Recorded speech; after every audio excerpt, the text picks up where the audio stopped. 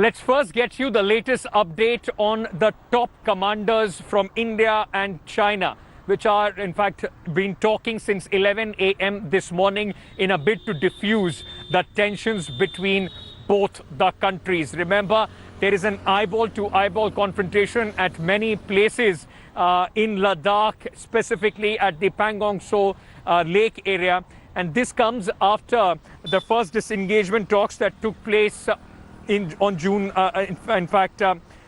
6. Now, the meeting is on since 11 a.m. and this was requested by the Chinese side. India today has accessed exclusive satellite images of the meeting point of India and China border talks. The meeting called by the Chinese army is being held at Moldo on the Chinese side of Chushul in eastern Ladakh.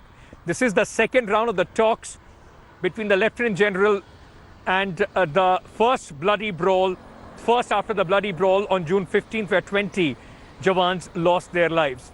India also has asked China for a timeline for withdrawal of troops from the LAC areas and maintain positions and deployment as before May 2nd, including Finger 4. China has not been inclined to agree on this.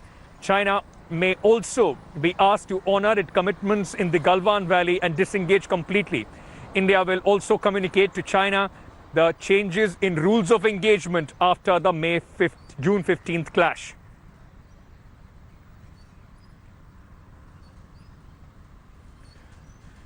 Let me now go across to Gaurav Sawant and Abhishek Bhalla. Both are joining us at this moment for more details on this.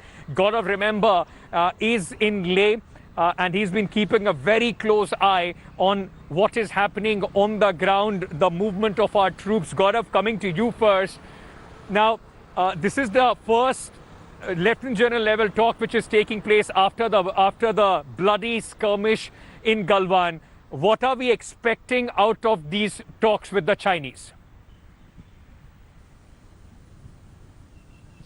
Well, when Lieutenant General Harinder Singh interacts with Major General Liu Lin of the South Xinjiang forces of the Chinese army, the message is very clear. China needs to restore status quo ante that existed before the 2nd of May at the line of actual control. And this means Chinese pullback from Pangong Tso, Finger 4 to Finger 8, actually beyond Finger 8 to Sirijap. It once again becomes a no man's land, which is patrolled by both sides till their perception line. Remember, there are multiple areas of different perception or ADPs along the line of actual control, and Galwan, incidentally, is not one of them. And that is where India wants China to completely roll back the mobilization of its forces, including its artillery and armor from where they've come. And that would be a force, a confidence building measure on the Chinese side. India, Ankit, also wants a roadmap of the Chinese withdrawal. So that's easier said than done. But India says that if you're coming to these talks with a clean hand, especially after the treachery against our soldiers at Galwan, China needs to give a roadmap of the rollback of its troops, its armor, its artillery that's actually been amassed at multiple locations, all the way from Depsang, near the Daulat Beg Oldie area, which is where one of our brigade headquarters is in that area, all the way down to Chumar, Demchok area, where again China has mobilized, but their advance has been stalled by the presence of Indian soldiers on ground. Ankit. Gaurav, stay on with me. Abhishek Bhalla, Editor Defense, is also with us. Abhishek, we saw this new video which has been doing rounds on the social media. Once again, the eyeball-to-eyeball confrontation, pushing, shoving of our soldiers, pushing the Chinese soldiers back from what we perceive our own territory. We don't know when was this video shot. What does change in the rule of engagement mean? We have been hearing about it, that the army has changed the rule of engagement that will be communicated to the Chinese side. What does that mean, Gaurav? What does it mean, Abhishek?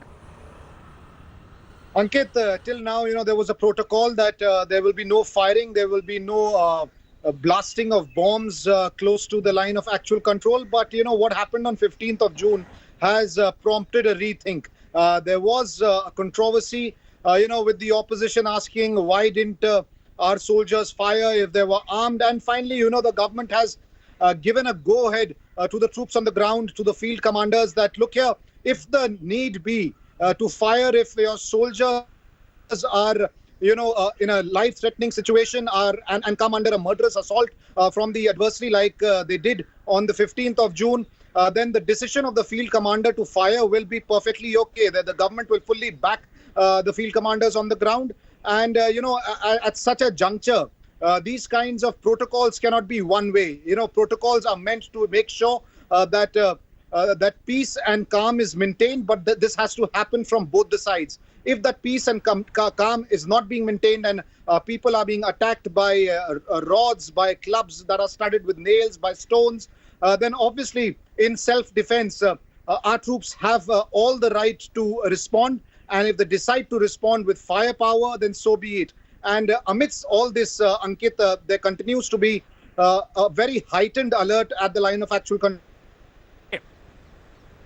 Right. Right. Abhishek, stay on with me very quickly because you are in that area. What you've been reporting, what Shiv has been reporting, and what Gaurav has been able, and what Abhishek has been able to put through, is that after the Chinese were completely pushed back as far as the Galwan Valley is concerned, the bigger problem or the bigger area of concern would be Pangong Tso Lake, where there is a massive build-up of the Chinese military and there is completely eyeball to eyeball sort of a confrontation just 500 meters away from the Indian post. What's the sense there? Because on the ground, the troops would, at this point of time, would be very, very edgy and angry as well with the way the Chinese soldiers have behaved.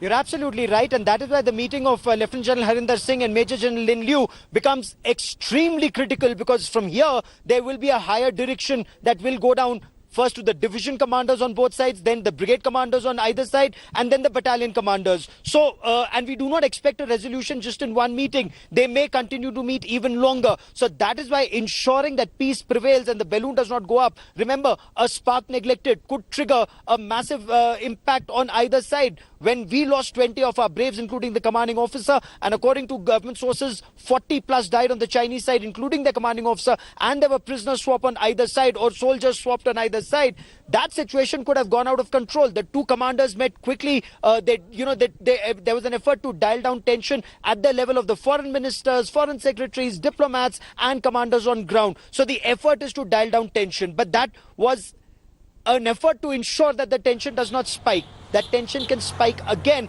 and that is why China needs to move back to the pre-2nd May situation.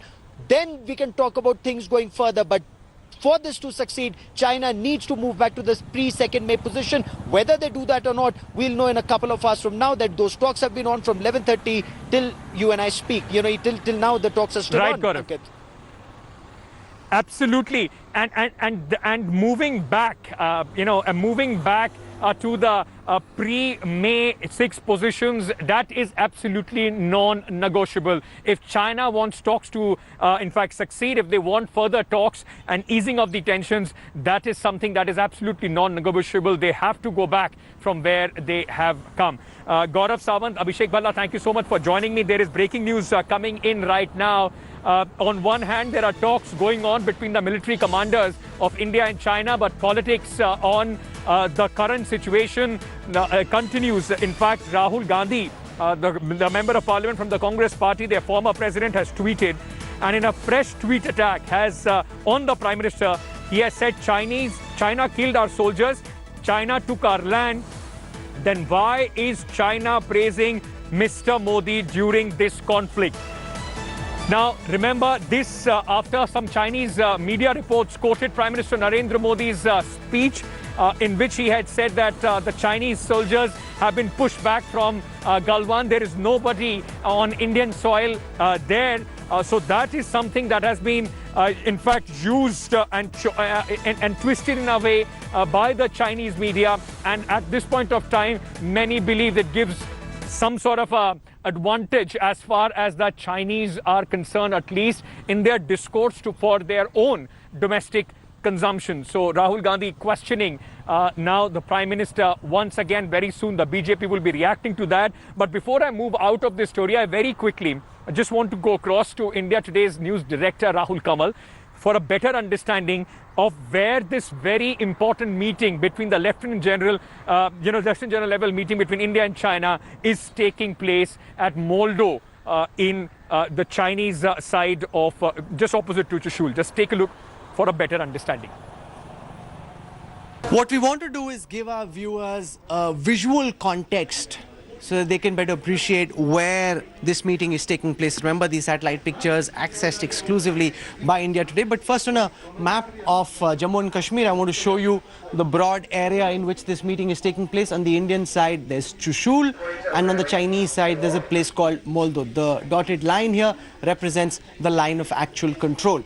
So I want to come to the first satellite picture. This is a closer shot, and I've put it in context of Pangong because Pangong show has been in the news. So this is generally in the south direction of Pangong. This is Finger 4. So as you come down south from Finger 4, this is Chushul village, which comes in the middle. So this is now southeast of Chushul. This is the Indian BPM hut complex. So BPM is a border personnel meeting hut complex. I've marked it out in this circle. This is where the current meeting is taking place.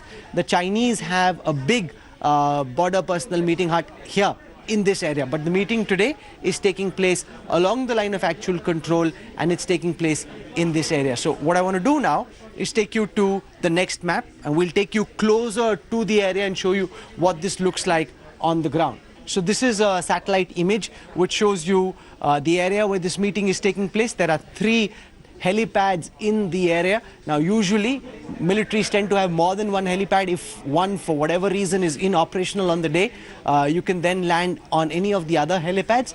And then this is the Indian Border Personnel Management Hut Complex. It's a much bigger complex in this area than the Chinese BPM hut, which is marked out in this circle here. It's a much smaller hut. But that's where the meeting is taking place. Whichever army calls the hut, calls that meeting, the meeting tends to take place in their location. This is a flag post. India also has a flag post close to our hut, and the flag post is essentially where you have a Chinese flag up. Hi everyone, Preeti Chaudhary here. Hope you like this video. For latest news and analysis, like and subscribe to the India Today YouTube channel. And don't forget to press the bell icon to stay updated. Thank you for watching.